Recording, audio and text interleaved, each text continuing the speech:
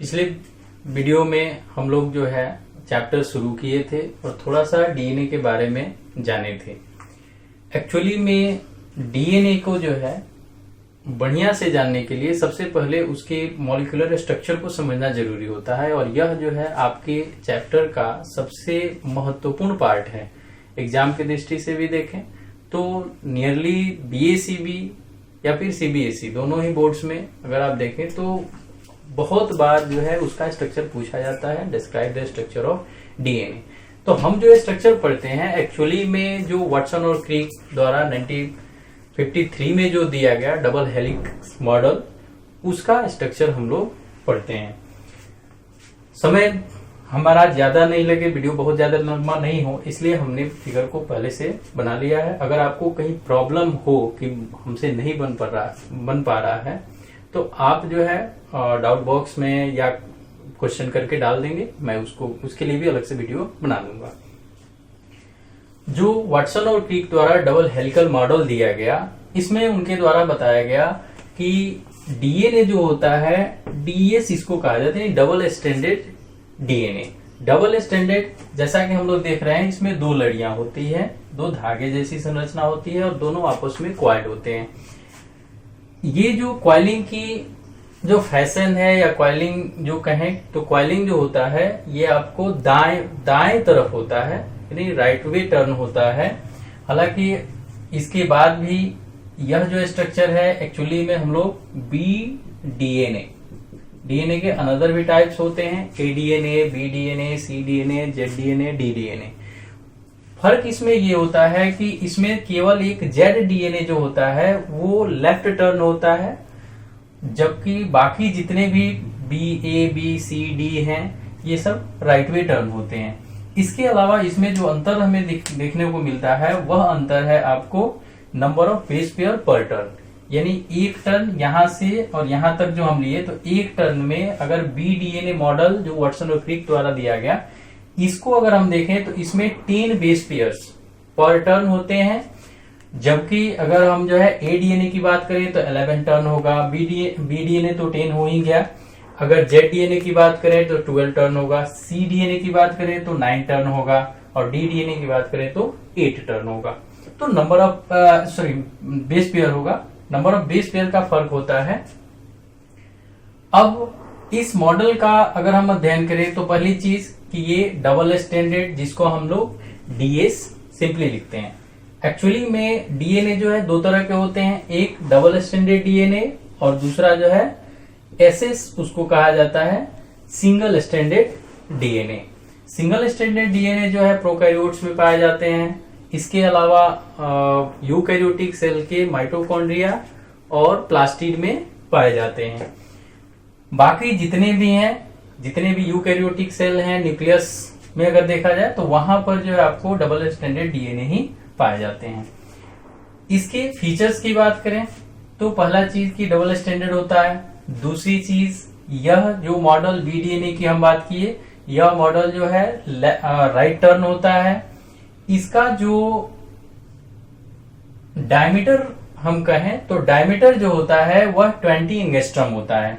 यहां पर हम एक काल्पनिक अक्ष यानी कि इमेजिनरी एक्सिस कर सकते हैं और इसी एक्सिस के चारों ओर ये घुमा रहता है।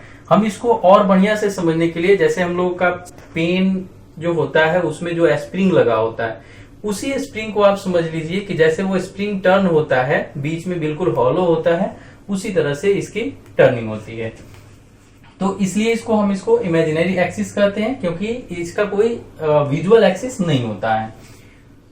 तो डायमीटर हो गया आपको 20 एंगस्ट्रम और इसमें जो है ये जो हल्का डिप्रेस्ड पार्ट, यहां भी हल्का डिप्रेस्ड पार्ट, यहां भी हल्का डिप्रेस्ड पार्ट, इसको हम लोग कहते हैं माइनर ग्रूव।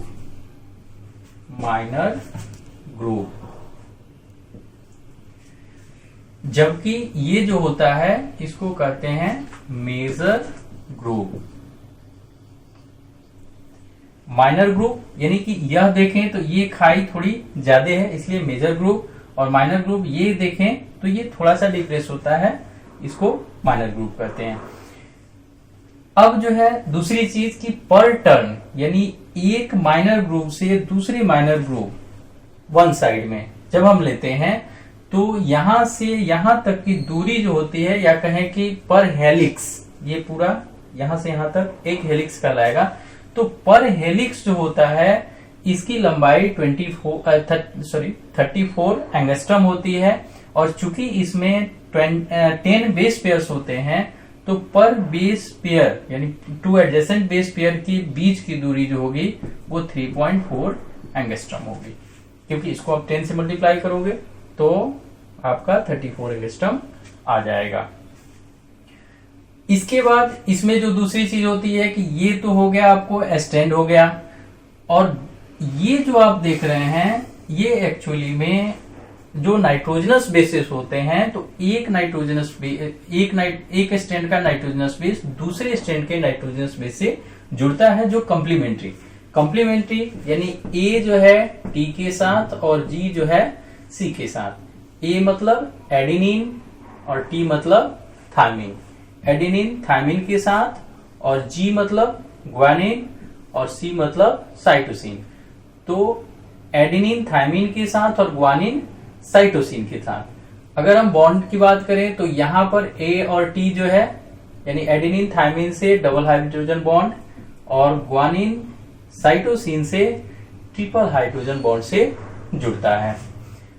अब यहां हम देखें तो मान लें कि इस स्टैंड पे अगर ए है तो इसका कॉम्प्लीमेंट्री स्टैंड पे जो नाइट्रोजनस बेस होगा वह टी होगा।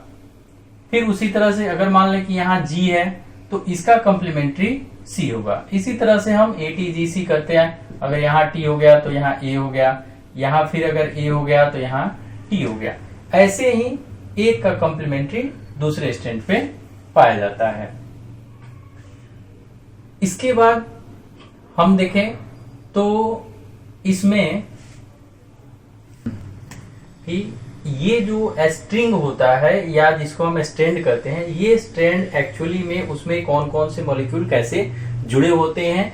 जैसे कि आपने पिछले वीडियो में देखा होगा कि राइबोज शुगर होता है, फिर उसमें नाइट्रोजनस बेसिस होते हैं, तो ये कैसे जुड़े होते हैं। इससे पहले हम इसके जो भी फीचर्स हैं, हालांकि आपको पीडीएफ में भी उपलब्ध कराया गया है, लेकिन एक बार और आप चाहें तो नोट कर सकते हैं कि पहला चीज कि यह डबल स्टैंडर्ड होता है, यानी इसमें 2 लड़ियां होती हैं।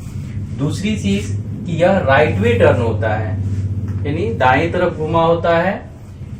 तीसरी चीज कि जो BDNA का मॉडल, चूंकि यही बार बार पूछता भी है और यही हम लोग पढ़ते भी हैं, वाटसन और क्रिक द्वारा दिया गया, तो इसमें बेस पेयर्स की संख्या पर टर्न 10 होती है। पर टर्न का जो लेंथ होता है वह 34 एंगस्ट्रम होता है। इसका जो डायमीटर होता है वो 20 एंगस्ट्रम का होता है। अब हम इसका जो एक्चुअली में केमिकल स्ट्रक्चर की कैसे जो है पेंटोज शुगर और नाइट्रोजनस बेस और फॉस्फेट, जिसको हम लोग पिछले वीडियो में देखे, तो कैसे वो जुड़ करके इन स्टैंड का निर्माण करते हैं। स्टार्ट। ये स्ट्रक्चर जो है आप लोग देख रहे हैं, इसको शुरू करने के लिए मैं बता दूं कि कैसे ये शुरू होता है या फिर बनता कैसे है। हालांकि न्यूक्लियोसाइड्स हम पिछले वीडियो में भी बोले थे कि न्यूक्लियोसाइड्स बनते हैं। पेंटोज शुगर जब नाइट्रोजन बेस से जुड़ता है तो न्यूक्लियोसाइड, और फिर जब फॉस्फेट ग्रुप फॉस्फोरिक एसिड जुड़ता है तो वो न्यूक्लियोटाइड्स बनता है। तो यहाँ जो है इसका स्ट्रक्चर अगर आप रिवाइंड करेंगे तो ये पेंटोज शुगर है। पेंटोज शुगर से जब नाइट्रोजनस बेस इसके फर्स्ट कार्बन से जुड़ता है तो यह न्यूक्लियोसाइड कहलाता है, और इसके बाद जब इसमें फॉस्फेट ग्रुप जुड़ जाता है, इन फॉस्फेरिक एसिड से जब ये रिएक्ट करता है, तब जाकर के ये पूरा एक स्ट्रक्चर जो है न्यूक्लियोटाइड कहलाता है। इसी तरह से वेरियस न्यूक्लियोटाइड जब आपस में जुड़ते हैं तब जाकर के एक पॉलीन्यूक्लियोटाइड स्ट्रैंड का निर्माण होता है, जिसे हम डीएनए आरएनए कहते हैं। यहाँ पर हम डबल स्टैंडर्ड डीएनए की बात कर रहे हैं, इसलिए एक स्ट्रैंड ये हुआ, एक स्ट्रैंड ये हुआ। यह जो होता है 3 प्राइम भी पढ़ते हैं, बहुत लोग इसको 3' भी कहते हैं, ये हाइड्रोक्सिल एंड होता है और कोई भी नया न्यूक्लियोटाइड इसी से जुड़ता है। अब दूसरी चीज कि वो डीएनए स्ट्रैंड जो होते हैं वो दोनों एंटी पैरेलल होते हैं। पैरेलल तो है लेकिन एंटी पैरेलल। एंटी पैरेलल मतलब यहां देखें तो इसका इस स्ट्रैंड का यह जो है 3 प्राइम एंड है, जबकि इस स्ट्रैंड का जो उसके सामने है यह 5 प्राइम एंड है। इसी तरह से यहां भी देखें तो 3 प्राइम अगर इधर है तो 5 प्राइम इधर है, और इसका 5 प्राइम इधर है तो 3 प्राइम इधर है। यहां देखें एंटी, इसी से समझ में आ जाता है कि ये 3 प्राइम है तो ये 5 प्राइम है।